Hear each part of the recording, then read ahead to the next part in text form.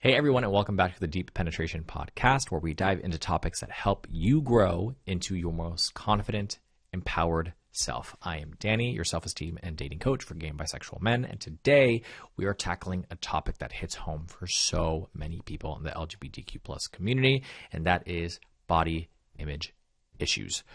Body image is something that almost every single person struggles with at some point, but in the LGBTQ plus community, it can feel completely amplified, right? So from the hyper-masculine gym culture to unrealistic beauty standards perpetuated by social media, there's a lot to unpack here. But don't worry, we're not just going to talk about the problem, we're also going to talk about the solution. So whether you've ever looked in the mirror and picked yourself apart, compared yourself to someone on Instagram, or felt unworthy because you didn't fit a certain mold, this episode is for you. We'll explore the roots of body image struggles in our community.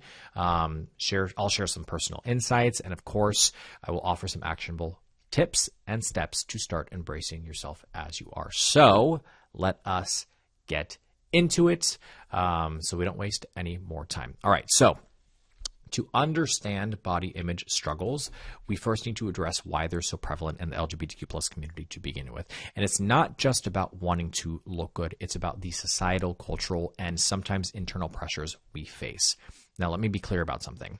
I understand that this is also an issue in the heterosexual community, so I don't want this to appear exclusive to the gay community. Body image issues are rampant in today's society, in a large part to the ease of access to social media, right? And other people's lives. There is this pressure to appear perfect or as close to perfect as possible. And unfortunately, it is this perpetual loop that makes the consumer, people who are watching the content, feel less than. And the creator also feels obligated to be more than. You know, this pressure to be perceived as perfect is a recipe for self-esteem disaster.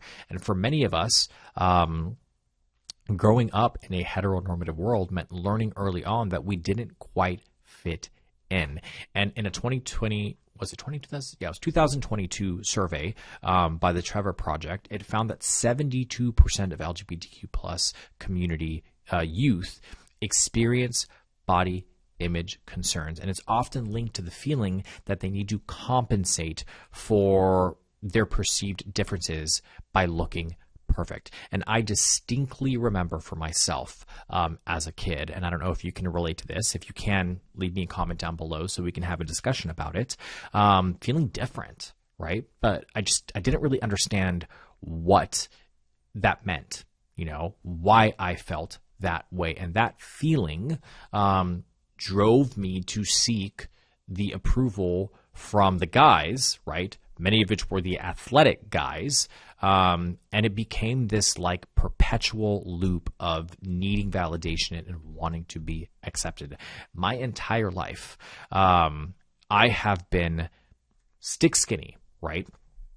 And while some of you might be saying, oh, stick skinny, like I wish I had that problem, the subjective experience of being that thin equated to me feeling less than, right? To the world, or to the outside world, skinny meant that I was weak, or at least it's what I perceived people to be thinking about me. And these insecurities were validated every time I was picked last for the sports team, every time I was made fun of for being short, every time I was called a faggot or gay or whatever for being too feminine in my appearance, and every time I looked in the mirror and saw what others saw,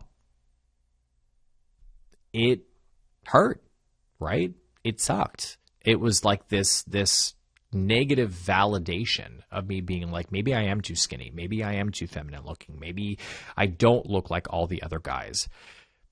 The problem was that there was no escaping my body. No matter how much I ate or tried to work out, coupled with the fact that I also have gastrointestinal issues, and I've talked about that in some of my other videos, but that limited my ability to eat, you know?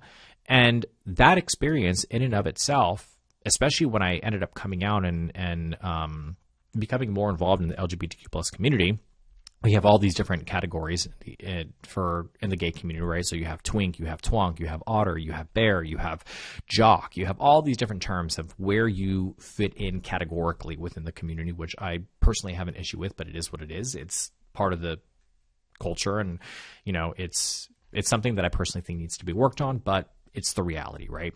And I always fell into the twink category. The problem with that is I consider myself to be somebody who's a little bit more dominant in the bedroom. So when you have this perception of you as being a twink, people automatically assume that you are the submissive partner or the person who is going to be the receiver. So that in and of itself already creates a disconnect with self and what feels right and impacts self-esteem.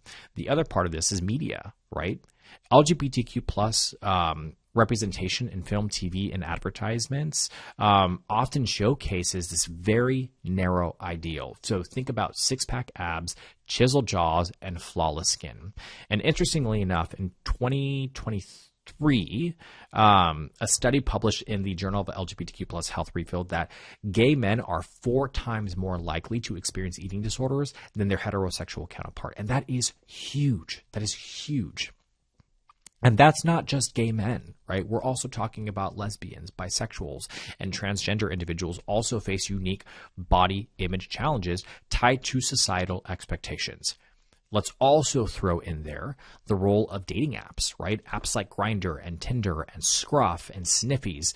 It can feel like a digital meat market. And studies have shown that 70% of LGBTQ plus app users report feeling judged just based on their appearance, leading to this increased pressure to look a certain way. And think about it. The interface on these platforms is designed to focus on appearance before anything else. So if you've ever tried Grindr, you know exactly what it is that I am talking about. Most of the messages or the DMs or whatever you want to call it that I received, were images of a person's body or their body parts as a way of saying hello. So if you send a face picture of you are either complimented, right, or blocked.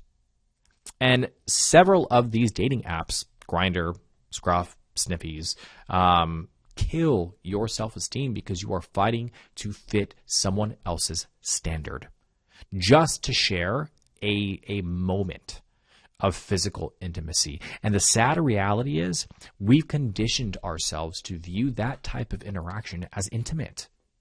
All these things result in us focusing on the negative parts of our physical bodies, our physical form. Now, let's get personal for a minute, right? I want to share a story about my own journey with body image. Quickly, right? It's not going to be some super, super in-depth thing. But I mentioned early on that I've always struggled with being too skinny. We're talking about like 116, 117, 118 pounds, basically my entire life. And I would say around the age of 30, 32-ish, I started to put on a lot of weight, more weight than I was used to. And again, subjective for every person, but this is my experience. And I started to notice that I had a bigger belly and I was feeling uncomfortable in my skin. I didn't really know what was going on. And interestingly enough, I was sitting here being like, this is what you've always wanted. And now that you have it, you don't want it. So I decided to work with a personal trainer. I worked with a personal trainer. I think I worked with him for about 6 months. And it was probably the best shape that I've been in my entire life. In my 30s. Looked great. Looked fantastic. Great. Ended up having stomach issues again. And so I lost the shape that I was in, the good shape that I thought I was in. Not thought, was, because I felt great. And because I had now started this process of working out and building muscle and eating more and all of these things, the eating habits remained, but the working out habits did not, number one. And number two, I had also transformed my body. So I started to pack on weight much faster than I was used to. And it got to a point a little while ago where I looked in the mirror one of those days, and I was like, whoa, what is happening here? And it was almost this disconnect for me of like, this is not the person that I'm used to sing. And again, if any of you guys can relate to this, please feel free to leave me a comment down below. But that being said, obviously as a self-esteem coach and somebody who works with guys, I try to practice what I preach, which is the accept your body, love who you are, be kind to yourself, be compassionate, speak positive things. And I did all of those things, but it still didn't take away from the fact that there was still this kind of underlying feeling of discomfort. So recently I decided to take control of it again, right? Modify my nutrition, start to be more active and do a little bit more cardio and all of those things. And I started to notice a change in my body, and I feel great and it felt great. But I think there was this additional pressure there of like, I am forward facing on a camera. I am in front of tons of people all the time. And that feeling of discomfort was something that I really had to work through emotionally and mentally. And I'm still currently working through, which is why I was inspired to do this episode. And if I'm being 100% honest with you, I'm still not all the way there. Like, I still have a belly. And you know what? At the end of the day, it's fine because I'm working towards the version of myself that I want to be. It's not that I'm trying to reject the version of myself that I am right now, because even in that version, I'm learning things about myself, and I'm learning about myself, and I'm having to practice these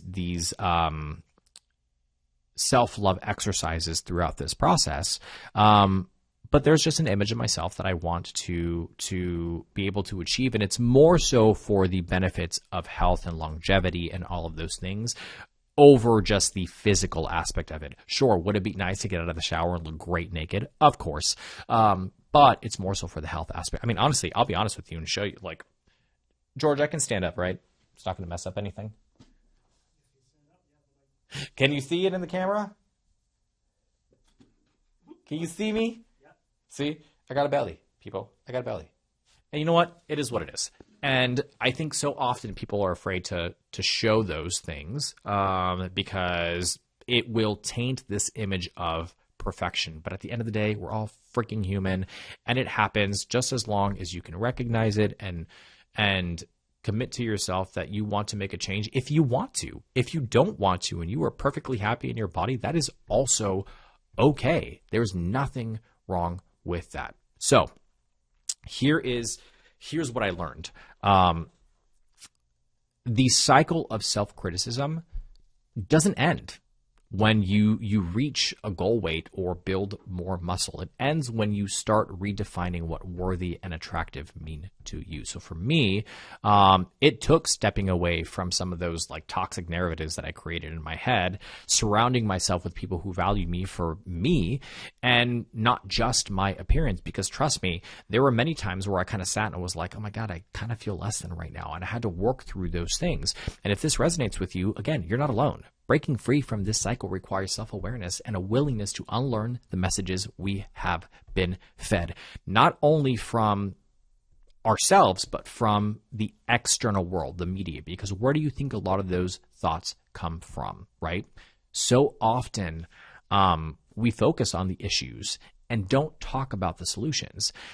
And I'll be honest and say, I've been stuck in that pattern before as well. In fact, some of my podcast episodes have been focused on identifying the problems, but not always offering the solutions. And part of my goal for 2025, if I'm being 100% honest with you, is to offer more solutions in all of my episodes, as opposed to just talking about the negative stuff or the issues that we have going on, or just solely the educational stuff, right? So that being said, let's talk about the solutions.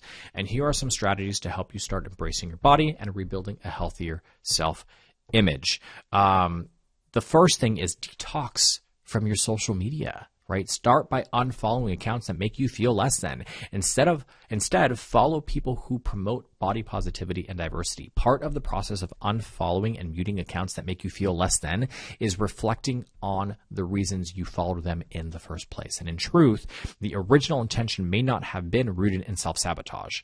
As human beings, we aspire to be better, to improve, to gain positive attention. That account may have represented that for you at one point, but the question is, does it still serve you? The idea here is to remove it from your hemisphere, but do it with intentionality. The second thing here is challenging toxic beliefs, right? So ask yourself, where did I learn to dislike this part of my body? Often our insecurities stem from someone else's opinions or societal messaging. So recognizing this helps you reclaim your own narrative. And here's the thing. Once you've identified where the narrative comes from, it's important to assess how much of your belief system, how much of that belief system is yours or someone else's. If it is partially yours or fully yours, take accountability for them. And what do I mean by that? Own it, right? Acknowledge that you have held on to a negative belief about yourself that you formed and regain your power from that narrative. So here's an example, right? You can say to yourself, I have come to believe something about myself that I no longer choose to align with. I held on to it, and that was my own doing, but I release myself from it, right? I am proud of myself and embrace who I am. The third thing here is practice body neutrality. If loving your body feels like too big of a leap, which I totally understand, start with neutrality. Instead of saying, I hate my thighs, say, my thighs help me to walk and move. And I know that that sounds weird. I know that sounds like super, I don't want to say, that's so rude. I was going to say hippy dippy, but like, I love hippies. It just feels super frou-frou, right? Like, I get it. I understand. But it really does help to change the narrative that you have in your mind. Focus on what your body does for you rather than how it looks or how it restricts you. That being said, there are actually, you know what? I will save that for a different episode. Moving on. Number 4, create a self-care routine. This might include exercise, but do it for the purpose of feeling better, right? Feeling healthier, for longevity. Don't just do it for the purpose of changing your appearance.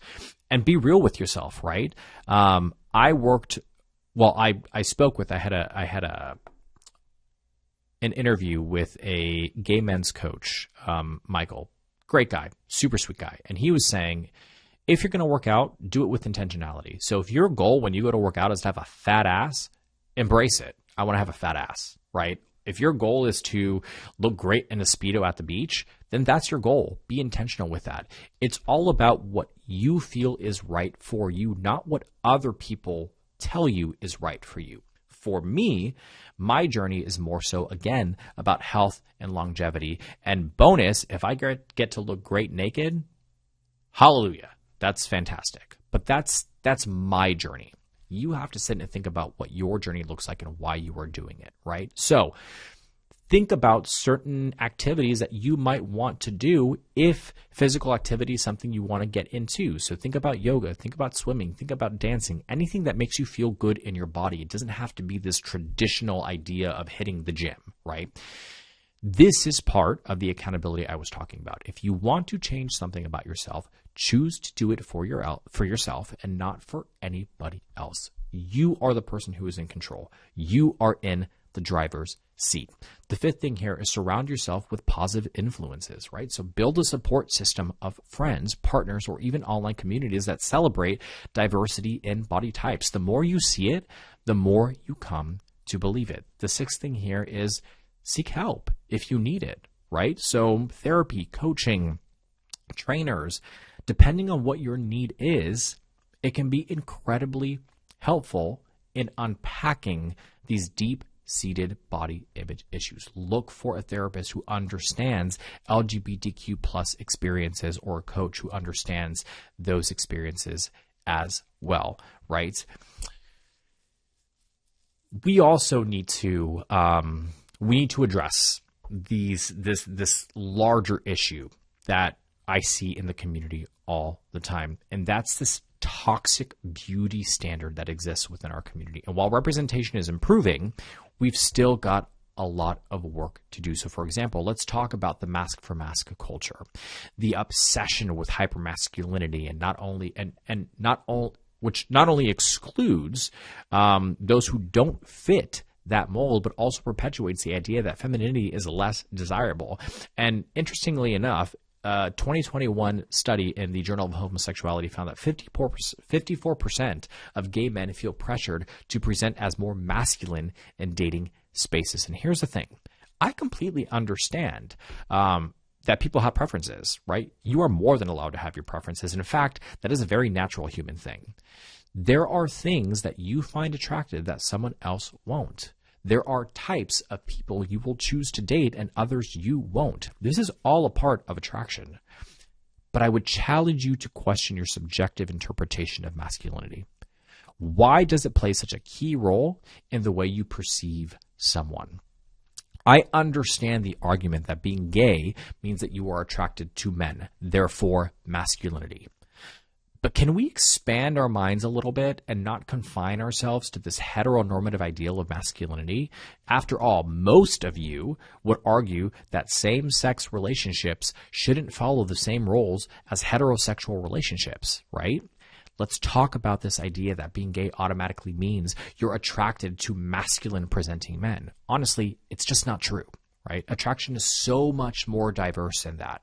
I think a lot of us all fall into this trap because society and media keep pushing this narrative. Like there's this ideal gay relationship where one guy is the rugged masculine and the other is, well, rugged and masculine. But the truth, attraction is personal, right? And it doesn't fit into these neat little boxes. For some, masculinity might be part of the appeal, right? You might be saying to me right now, I'm only attracted to masculine men. Fine, that's your preference, and that's okay. But plenty of people are drawn to softness, to vulnerability, to androgyny, right? Or even a mix of everything. It's not about some universal rule of attraction. It's about what feels right for you. Now, let's be real. A lot of these ideas about masculinity come from stereotypes. And guess what? Those stereotypes don't just exist out there in the straight world. We've absorbed them too.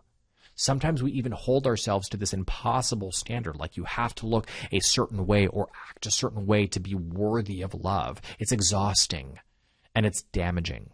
That brings me to body image, right? The LGBTQ plus community can feel like a pressure cooker when it comes to looks. There's this unspoken expectation that you need the perfect body, the muscles, the abs, the whole deal to even be considered attractive. It's no wonder so many people feel they're not enough. It's no wonder so many people experience dating in a negative way. But here's the thing. These pressures aren't the truth. They are just stories we've been told. And we don't have to believe them. Attraction isn't a one-size-fits-all narrative, a one-size-fits-all situation. And you may argue with me and say that there are signs that prove attraction and the way attraction works, and you would be right. There are definitely studies, there are definitely surveys and research that proves attraction works in particular ways, but you also have to incorporate the subjective experience. You also have to incorporate the intellectual experience. You also have to incorporate the fact that a lot of that science is usually geared towards opposite sex attraction. There are differences, nuanced differences within our community that we also have to take into consideration. You do not have to fit into this hypermasculine ideal to be attractive, to be lovable, to be valid.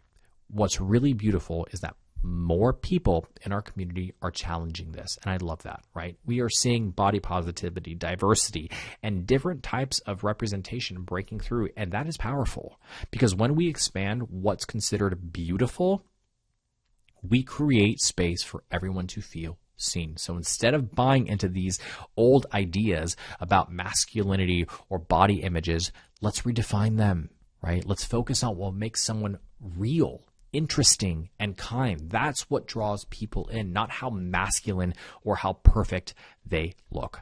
All right. Let's wrap this up. I know I've been blabbing on for a few minutes, but I get a little bit passionate about this stuff.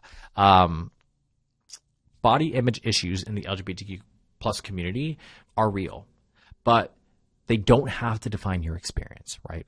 by challenging toxic beauty standards, embracing self-love practices like we just talked about, and surrounding yourself with positive influences, you can start to reclaim your confidence and your self-worth. And remember, your value isn't tied to how you look. It's tied to how you are and how you show up in the world, right? I hope that you found this episode to be helpful. If this episode resonated with you, please share it with someone who might need to hear it. And don't forget to subscribe so that you don't miss out on any of the episodes, especially new episodes that come out. You can also connect with me on my other social media platforms. I will provide all the information in the description down below. And until next time, remember, you are enough exactly as you are. So take care, and I'll see you next week.